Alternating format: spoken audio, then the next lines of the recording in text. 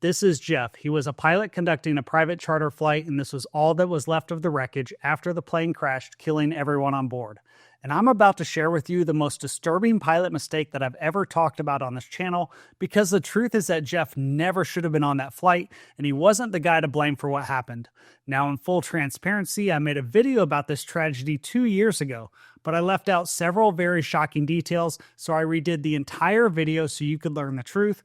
I'm Hoover, and welcome to your pilot debrief. Our story begins when two private charter pilots were getting ready to conduct a routine flight from the Philadelphia International Airport to the Teterboro Airport in New Jersey on a nice sunny day.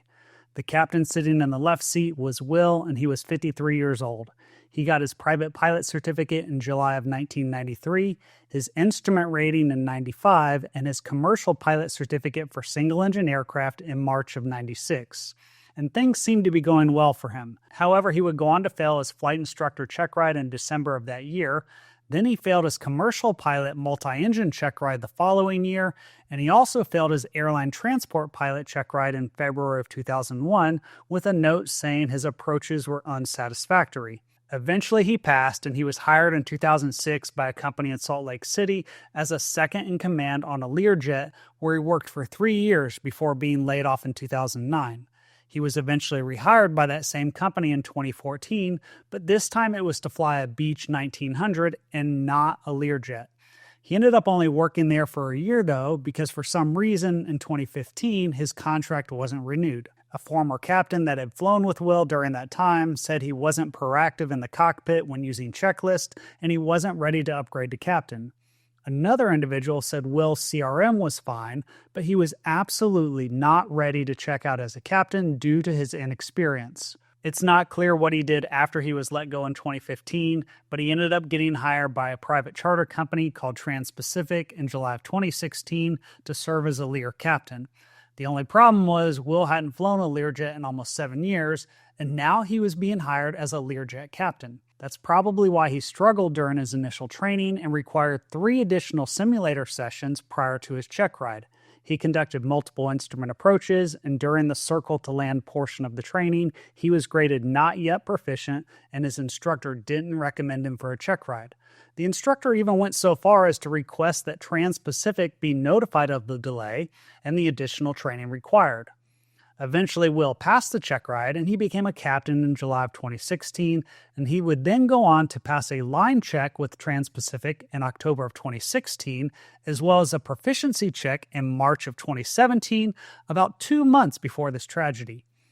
At the time of the crash, he had just over 6,800 hours of total flight time, over 5,800 hours as pilot in command, and over 1,100 hours in the Learjet series of aircraft. Sitting next to Will in the right seat was Jeff, who was 33 years old. According to the investigation, Jeff failed his private pilot check ride twice, but he ended up passing a few weeks later in April of 2009. After that, things seemed to go well for him, and he became a commercial pilot in 2011 and was hired in August of 2015 by Med-Flight Air Ambulance to serve as second-in-command on a Lear 35. Just a few months later, the company was in the process of reviewing his continued employment when Jeff decided to resign in January of 2016. He was then hired by Trans-Pacific, the same company that Will was working for, in September of 2016 to serve as second-in-command on the Learjet.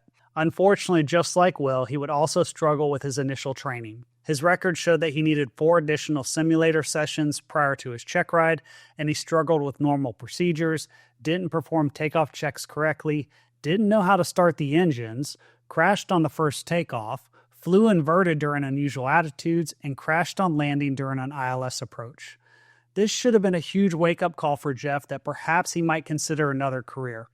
During the training, he said he was having a personality conflict with his instructor, but even if that were the case, there were clearly some deficiencies with his ability to safely operate an aircraft. Either way, Jeff was determined to continue, and he accumulated almost 25 hours of sim time with over 30 different approaches flown, but just like Will, he struggled with the circle to land approaches and was initially graded not yet proficient. The crazy part, though, is a few days later he was graded proficient, but his proficiency check the following day didn't include a circle to land approach. What's interesting, though, is that when Jeff was hired by Trans-Pacific, anyone that was an SIC started off as an SIC 0. That meant you could only perform pilot monitoring duties and you weren't allowed to fly the aircraft. Now, you could eventually upgrade to SIC 1, where you could fly the aircraft from the right seat, but only if a check airman or a management pilot was a captain on the flight. Then you could upgrade to SIC 2, 3, and then 4, and the goal was to slowly increase the level of responsibility, kind of like preparing you for an upgrade to captain down the road. Now, I realize that might sound good in theory, but one of the biggest issues with the program was that during the time that Jeff worked there, the company didn't have any management pilots or check airmen that were qualified on the Lear 35A, so it was essentially impossible to upgrade. To make matters worse, the company director of operations said that they tried to do monthly assessments, and at the time of the crash, Jeff wasn't ready to upgrade to SIC 1. That means they hired Jeff in September, and for 7 months, he basically never got to touch the controls of the aircraft that he was flying in. Now, let me just say that I don't care what kind of pilot Jeff was. How was he supposed to maintain any sort of proficiency or improve if he never got to fly the aircraft? In my opinion, this was a terrible policy, and if they really felt like he wasn't ready to touch the controls after 7 months, then they should have just fired him. Jeff was obviously frustrated because the truth is he had been hired as an SIC by another company and was scheduled to begin training with them on May 23rd, just 8 days after the tragedy. Regardless, at the time of the crash, Jeff had over 1,100 hours of total flight time, including 512 hours as a pilot in command and 407 hours as second in command on the Lear series of aircraft. Before we get to the most disturbing mistake made during this flight, something else that's equally disturbing is how much of your personal information can be found online. Now, it doesn't matter who you are or what your political views might be, the truth is that everyone has a right to stay private. That's why I want to thank Delete Me for sponsoring today's video. I've been using Delete Me for several months now, and I love how they help protect your personal data, and they also help protect you against the risk of things like phishing scams and identity theft by removing your personal data from hundreds of data broker websites. If you didn't realize it, there are companies out there that scour the internet to collect as much of your personal data as they can from places like your social media accounts or public records. Then they turn around and sell that information to anyone willing to pay for it. If you're anything like me, you value your privacy, and that's why I like using Delete Me. In fact, just recently, they reviewed over 2,300 listings and found 79 pieces of my personal information online that they worked to have removed for me. The best part, though, is they continue to monitor those sites, saving me time and effort while helping me protect my personal data. If you want to protect yourself and your family, you can get 20% off if you go to joindeleteme.com/debrief and use the promo code debrief at checkout, or just scan the QR code that's on the screen. That's joindeleteme.com/debrief and use the code debrief to get 20% off. The plan for the day for the two pilots was to start off by flying from Teterboro to Bedford, Massachusetts, where they were going to pick up 3 passengers and fly them down to Philadelphia for a charity golf event, and then they were going to take those same 2 passengers back to Teterboro later that evening. The aircraft they were flying in was a 1981 Lear 35A. This is a fixed-wing multi-engine jet aircraft with a maximum speed of over 500 knots and room for up to 8 passengers. According to the flight manual, the minimum crew for the aircraft is a pilot and co-pilot. The aircraft was determined to be within the weight and balance and center of gravity limits for the flight, and there was nothing mechanically wrong with the aircraft that contributed to the crash. That being said, the aircraft was equipped with a cockpit voice recorder that documented all of the mistakes that were made during this flight that I'm about to share with you. For right now, when Will and Jeff showed up in Teterboro for the flight, they checked the weather, and the forecast for their arrival back in Teterboro that afternoon was calling for sunny skies with scattered clouds at 6,000 feet, visibility greater than 6 miles, but it was going to be windy with the winds from 320 at 20 gusting to 32 knots. Their first flight to Bedford was relatively uneventful, and after a short delay on the ground, they picked up their 3 passengers and took off around 10 a.m. for the second flight to Philadelphia. Unfortunately, this flight didn't go that well. One of the passengers said that when they were about to land and 5 to 6 feet off the ground, the plane felt like it fishtailed, and at one point, he thought they were going to land 90 degrees to the runway. After they got off the plane, one of the passengers said he didn't want to fly on the plane anymore, and they looked at each other and decided they would drive to Teterboro. A few hours later, they saw the news of the crash. According to an online source, after the passengers decided not to fly back to Teterboro, there was some initial discussion with the company about Will and Jeff just staying the night in Philadelphia. However, they eventually decided to go ahead and reposition the aircraft back to Teterboro that afternoon, and they filed an IFR flight plan for the trip. The flight plan requested an altitude of 27,000 feet for a route that was only 120 miles long and projected to take 28 minutes. The biggest problem with this plan, though, was that the altitude requested was way too high. That's because it's only 80 nautical miles direct between the two airports, and it probably would have taken at least 15 minutes just to climb up to 27,000 feet, and assuming you got there, you'd have to start descending at least 90 miles from Teterboro, so I'm not sure what Will was thinking. But the other issue with their plan is that there was no evidence they got an update on the weather in Teterboro before they departed from Philadelphia. If Will had taken just 2 or 3 minutes to check the weather, he would have learned that the skies were still mostly clear, but based on the winds being 320 at 20 gusting to 32 knots, they were probably going to have to land using runway 1. The reason this is important is because Teterboro is located in some of the busiest airspace in the country, with Newark to the south, as well as LaGuardia and JFK over to the southeast. That means anytime runway 1 is being used, pilots typically have to fly an ILS approach to runway 6 and then circle to land on runway 1, and the white lines you see are the ground tracks of other aircraft that were flying the circling approach. We're going to talk more about this approach in a minute because you're not going to believe what happened. But first, the right thing to do in a situation like this, when you know it's a short flight in busy airspace, is to just go ahead and load everything into the aircraft FMS and take the time on the ground in Philadelphia to pre-brief the approach procedure, especially considering that Will and Jeff had both struggled with circling approaches during their training. Not surprisingly, they didn't pre-brief anything, and listen to what the controller told them when they called to get their clearance. 32 Delta Alpha, Philly, good evening. Clear to Teterboro via the Philadelphia 1 departure as filed, except maintain 3,000, and you're going to expect 4,000 once minutes after departure. Squawk 4226. This was a slightly shorter route than what they planned for, but the bigger issue is the controller told them to expect 4,000 feet as their final altitude. That's obviously a lot lower than 27,000 feet, and that should have been a huge red flag for Will and Jeff, because a lower altitude means you're going to burn a lot more fuel. But they never questioned the clearance, and instead they taxied out for takeoff. Despite the fact that Jeff wasn't authorized to fly the aircraft, as they got ready to take the runway, Will said, "Okay, I think we're next, man. Hand on your yoke." Now, don't get me wrong, I understand that Will was just trying to help Jeff get some flight time, but letting him do so was strictly against company policy, and it was a terrible idea.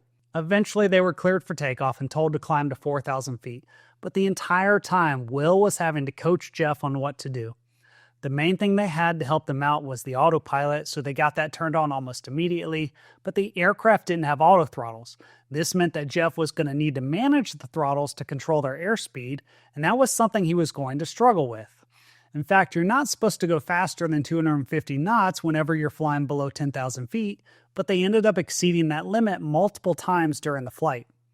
About 8 minutes after takeoff, Will was getting frustrated being stuck down at a lower altitude, and listen to what he said.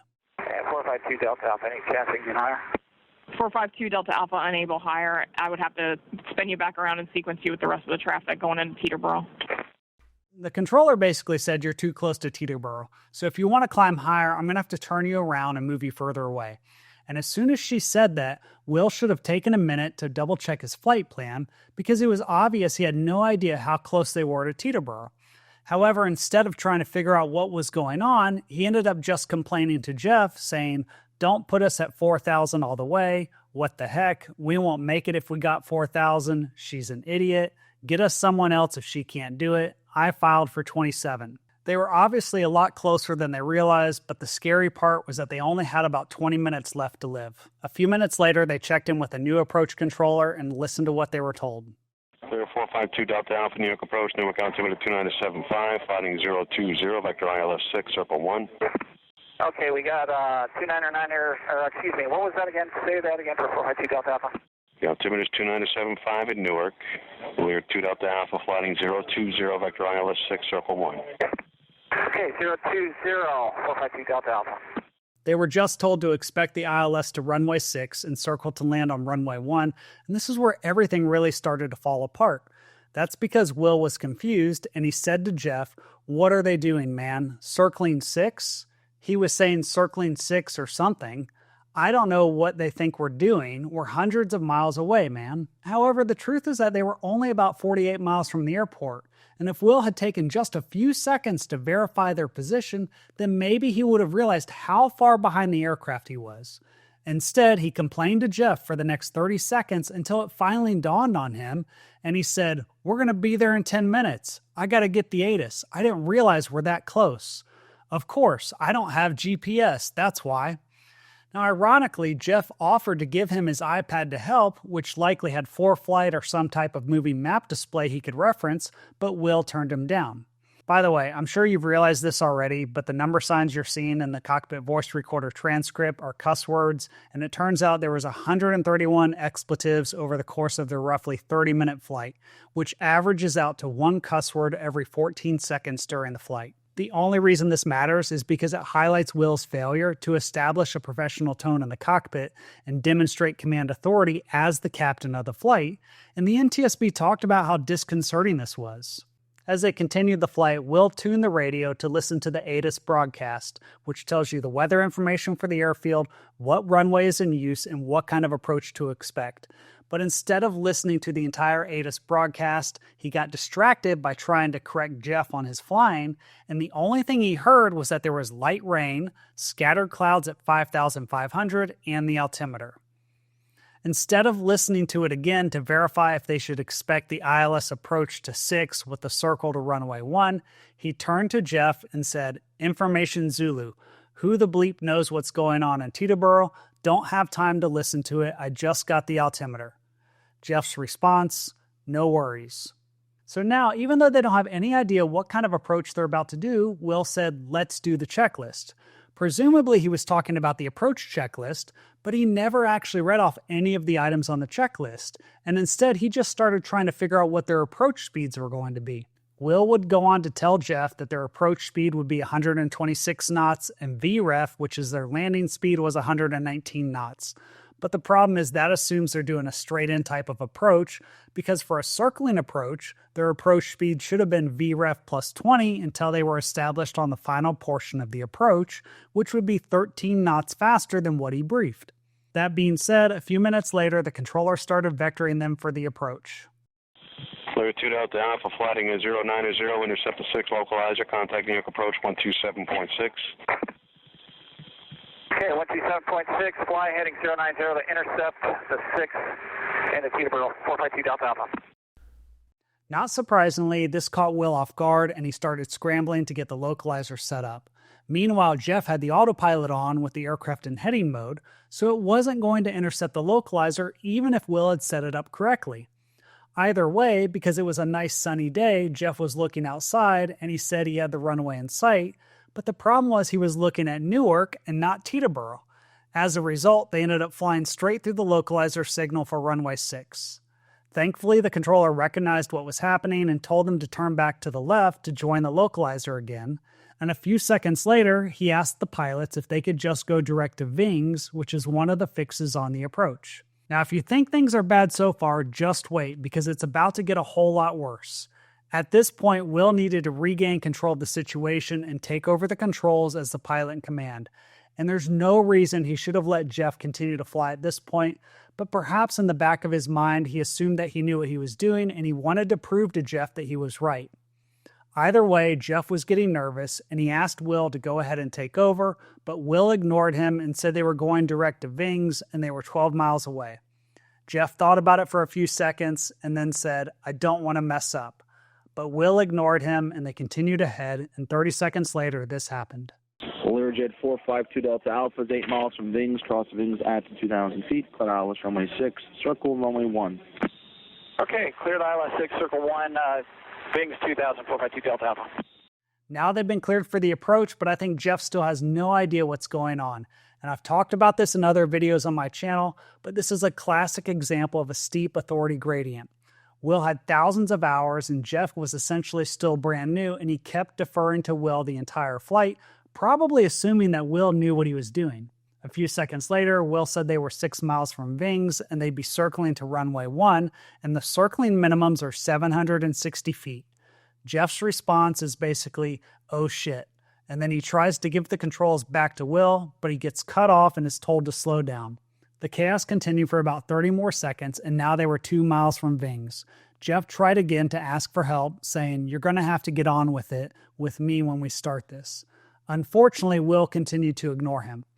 Now, the good news was that they had the airport in sight, so this should have been a very simple approach, but the bad news was they had no idea they only had a few minutes left to live.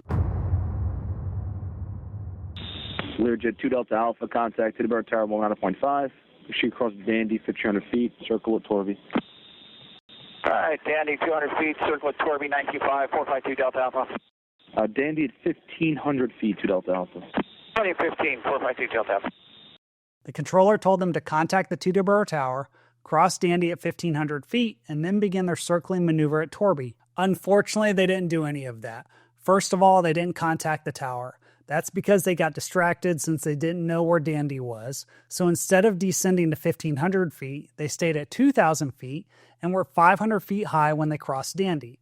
Now, the white lines that you see represent other aircraft that flew this approach that day, beginning the circling maneuver at Torby, but Will and Jeff didn't do that either, and they kept flying straight ahead towards runway 6. The problem is the further they fly past Torby, the closer they get to the airport, which means the less room they're going to have to make the turn to get lined up with runway 1. And as they were driving ahead towards runway 6, the approach controller called them on the radio to remind them to contact the tower. This time they switched the radio frequency, but they didn't call the tower because Will was still so focused on telling Jeff how to fly the aircraft. Instead, the tower called them and told them to continue because there was still traffic on the runway. By this point, they were only a few miles from the runway and around 900 feet above the ground when Will reminded Jeff that he could continue the descent down to 800 feet. That's because the circling minimums were 760 feet. But you only need to descend that low on the ILS if you're trying to get below the weather. Since they had the runway in sight, they could go ahead and circle at a higher altitude because this is a visual maneuver. Instead, they continued straight ahead, and Will told Jeff that they were in a circle for runway 1, and he tried to explain by saying, we're kind of on a downwind. However, that didn't make any sense because a downwind leg would be going to the south, opposite the direction they were headed, and instead they were about to make a base turn. Regardless, the tower controller eventually asked if they were going to start their turn. He's landing 5 Delta Alpha. You can start that turn? Yes, sir, we're doing it right now, 460 Delta Alpha. By the time they started the turn, they were only 1 nautical mile from the runway, and even though it was going to be impossible to land, they decided to go for it. Halfway through the turn, Jeff said, your flight controls, because he didn't want to fly anymore, but Will ignored him. They lost about 300 feet on the turn and got an altitude warning that Will said to disregard. That was followed shortly by a warning, sink rate, pull up.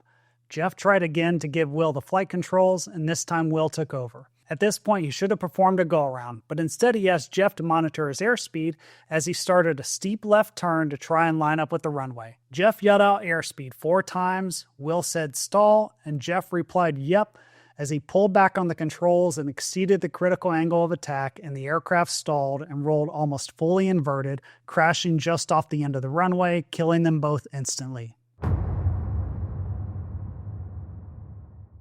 I said at the beginning that Jeff wasn't the one to blame for what happened, and even though he could have spoken up or refused to fly, Will was the pilot in command.